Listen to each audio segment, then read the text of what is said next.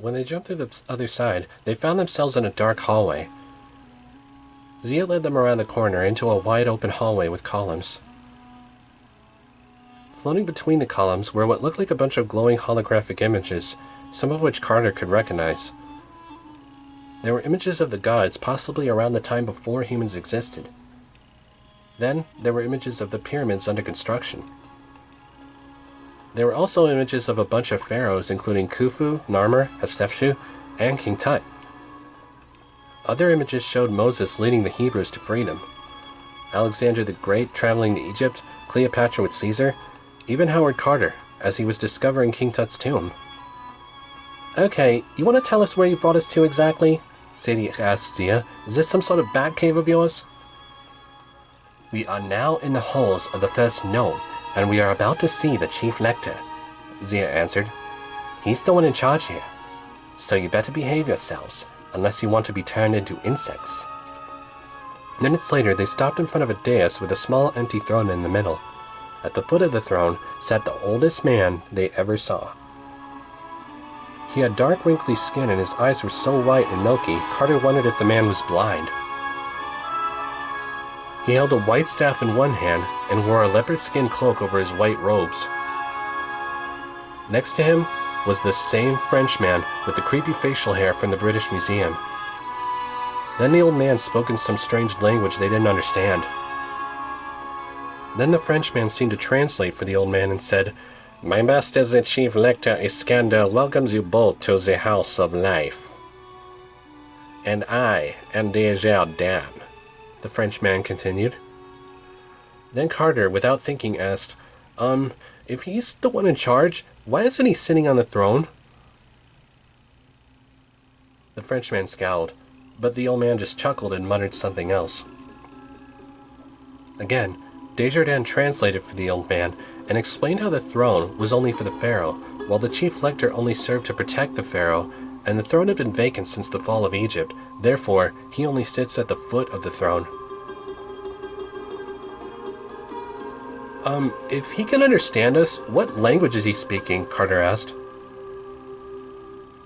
"The chief lector knows many languages," Desjardins said, "including English, and Arabic, and Greek, and French, even Latin, but he prefers his birth tongue, Alexandrian Greek." "What? But that's impossible. Didn't that language die out like millennia ago?" Carter asked. "That is not important," the Frenchman growled. "We are here to discuss your parents' past crimes. Your father attempted to release the gods to the world twice. Lucky for the both of you, my master and I have talked it over and come to an agreement, and we will not hold you to responsible. At least not until we have investigated you further." Thanks, Carter said. "Do not mock our generosity, boy," Desjardins growled. "There's still the matter of finding the gods your father released, and now your uncle is still missing. Our fellow magicians are searching for him as we speak. As for you two, the chief lector has ordered us to keep you both here where you will be safe and receive the proper training." "But we can't just sit here. We have to find our dad," Carter insisted. He and Sadie then explained to them about the scene with Set appearing at the museum, and Amos going to find Set's whereabouts, and Carter's dream of Set planning to build a pyramid in Arizona. They didn't give the full detail. They left out some parts because, well, they felt like something was holding them back, like their conscience trying to warn them. As if to say, "Keep your mouth shut unless you want them to execute us both on sight." When Desjardins heard the part about the pyramid, he scowled and said, "You are lying. It would take a very powerful host to accomplish that." "Listen, you," Sadie shouted. "I don't know what this rubbish is about host, but I did not lose my father and uncle and kiss my old life goodbye and get traumatized by monsters and gods and let my cat Boss just give her life to protect us just so I could be brought here to be called a liar." "So, you admit to be consulting with gods," Desjardins said. "That makes our investigation much easier." Then Zia finally stepped forward and spoke up. Master, please, give me a chance with them. They've encountered Circuit. If more guards have escaped... Do not forget your place, Zia, Desjardins scowled. Must I remind you the gods caused the fall of Egypt? These two are guilty and must be... Then the chief lector finally spoke up in Alexandrian Greek again. Desjardins looked like he was about to explode, but he found his voice and translated. The chief lector says he will allow Zia to test the two of you. In the meantime, I will seek out the truth, or the lies, in your story. The Frenchman marched out, leaving the kids alone with the old man without another word. Zia bowed to him, and the Kane kids followed her example. Then the chief lector muttered something that only Zia understood, and she gestured the siblings to walk back down the hall. I will show you two where you will be staying tonight, she said. Your testing will start in the morning. We will see what magic you know, and how you know it. Right, and if we fail this test? Sadie asked. Zia regarded her coldly and answered, This isn't the sort of test you fail, Sadie Kane. You pass, or you die. Zia showed Sadie to the girls' dorm, and Carter to the boys' dorm. Carter shared his room with about a dozen other young boys.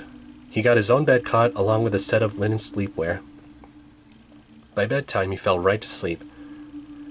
He used the headrest this time, but for whatever the reason, it didn't stop him from dreaming again. Carter saw Amos inside a cavern, and suddenly he was swarmed by demons.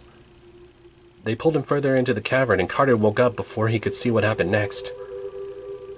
Carter decided he needed some air and snuck out. Before too long, he saw Zia running around the halls too, and for some reason she had what looked like a black cloud floating over her, and of course he followed. Zia continued on, until she came to one wall, pressed her hand against it, and made a magically hidden opening appear. Carter tiptoed behind her, and followed her to a small room, where she sat on her knees in front of a stone altar. Carter watched as she cupped her hands together and whispered something Carter couldn't make out. Then a tiny blue light appeared in her hands, flew up and through the ceiling, and the black cloud disappeared. Shouldn't you be in bed? Zia asked. Carter realized too late. She was aware of his presence sooner than even he noticed. How embarrassing. I'm so sorry. I didn't even mean to spy, I swear, Carter panicked. I just saw you running around with this weird cloud around you, and you saw that? Zia asked. Impossible. I was just worried you might be in trouble. Trouble? Well, that's true enough, she said sadly. She stared at the pictures decorating the altar, and Carter only just noticed some of them. One picture showed Zia as a little girl standing in front of a mud brick house. Another wide picture showed a village on the Nile, and another one showed little Zia with her parents. Your folks seem nice, he said. Is that home? She looked like she wanted to get angry, but she controlled herself. It was, she answered. It's no longer there. She told him how her entire village had burned down back while she was still little. She had been the only one to survive, and the chief lector took her in. She also mentioned that her dad made a living by digging up old relics and accidentally brought home a relic containing demons, and how Iskander tried to help her remember. But no matter how hard she tried, for some reason, Zia just couldn't remember anything at all. Carter thought for a moment. Parents studying relics, losing parents at such a young age? It all seemed a little too familiar. It's fine, Zia said. I'm okay being alone. In truth, Carter probably would have said the same thing if anyone asked him, but he'd only be lying. Tell you what, he told Zia, after the testing, after the demon days, when things settle down, I'm gonna take you to the mall. The mall? Why? She asked. You know, to have some fun, he said. We could, get something to eat, check out some stores, maybe see a movie. Is this what you call a date? She asked. His expression was priceless. No, I didn't mean it like that, he said. I just thought you could use a break, or... You're sweet, Carter, she said, chuckling. But things won't settle down. She then convinced him he'd been out of bed for too long, and so he stepped out. He wanted to ask her more, but she shut the door on him. Meanwhile, Sadie also had trouble sleeping. She could only stay lying awake in bed, wondering about those images in the halls. Minutes later, she decided to give up on resisting, hop out of bed, and go check them out. She wasn't sure what came over her, and made her so obsessed with all this. It wasn't like her to get excited about learning magic tricks. She wasn't one for dreaming of going to House of Life School of Witchcraft and God Summoning. But her instincts told her there was some sort of info she could use somehow, which was contained in those images. She looked around until she saw one image that looked a lot like a picture of a party. She took a step closer. It was so big and had such good quality, it looked almost as if Sadie could step right into it. Before she knew it, she did step right into it. There were a whole bunch of different people in the room, some fully human, some with animal heads, some in full animal form, and others with very colorful complexions.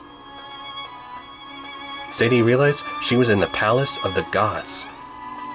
Across the room, sitting on the throne, was a handsome dark-skinned man dressed in a white tunic and a tall hat shaped like a bowling pin. He also had... Oh my gosh, Sadie thought. The man looked exactly like her dad. He had his exact same face and brown eyes and goatee, even his same voice. Sadie wondered if she were looking at one of Dad's ancestors. Next to him was a beautiful woman, who was also dressed in white, and were those bird wings on her back? Sadie forgot how to breathe for a second. The woman looked almost exactly like Sadie's mom. Ignoring her dark hair and different eye color, the woman's face looked exactly like Sadie's mom's face, perhaps a bit younger looking than Sadie had ever seen. Sadie wanted to walk over and say hello, when suddenly the door swung open behind her, and there was Set.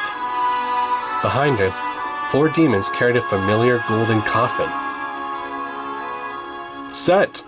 the king called. "What is the meaning of this?"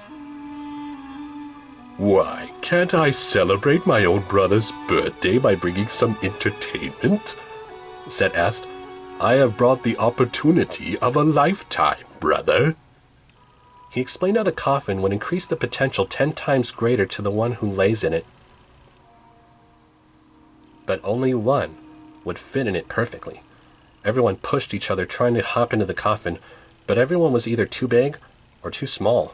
Not even changing their shape or size didn't help somehow. "Well, that's too bad," Set said.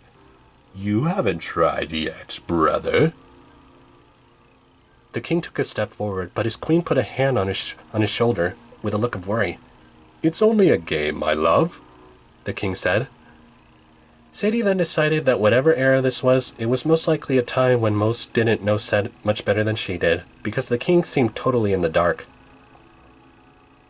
She wanted to call to him and warn him, but no one could see or hear her.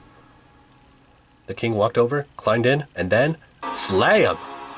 A lid appeared out of thin air and slammed down shut on the coffin, trapping the king inside. Both the queen and Sadie cried out in unison. Then the coffin fell through the fiery hole in the floor and disappeared. Everyone screamed and ran for their lives. "You're next," Set said, pointing to the queen. Just then, a woman in blue tried to tackle Set, giving the queen a chance to escape. She flew out through the balcony and into the night sky, but seconds later, Set was flying right behind her and grabbed her by the leg. "Your son shall never be reborn," he yelled. 1 minute, the queen was screaming with her hands cupping her face, and then the next minute, Sadie felt her arm being pulled and she found herself in the hallway again.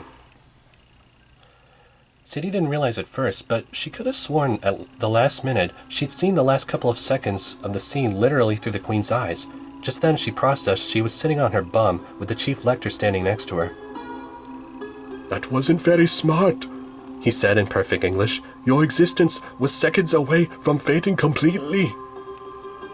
I'm so sorry. I didn't mean to. I was just drawn to the pictures," she said. Yes. They are hard to resist sometimes," the old man said. "It is dangerous for any mortal to look upon the time of the gods, even for me. And yet, you survived.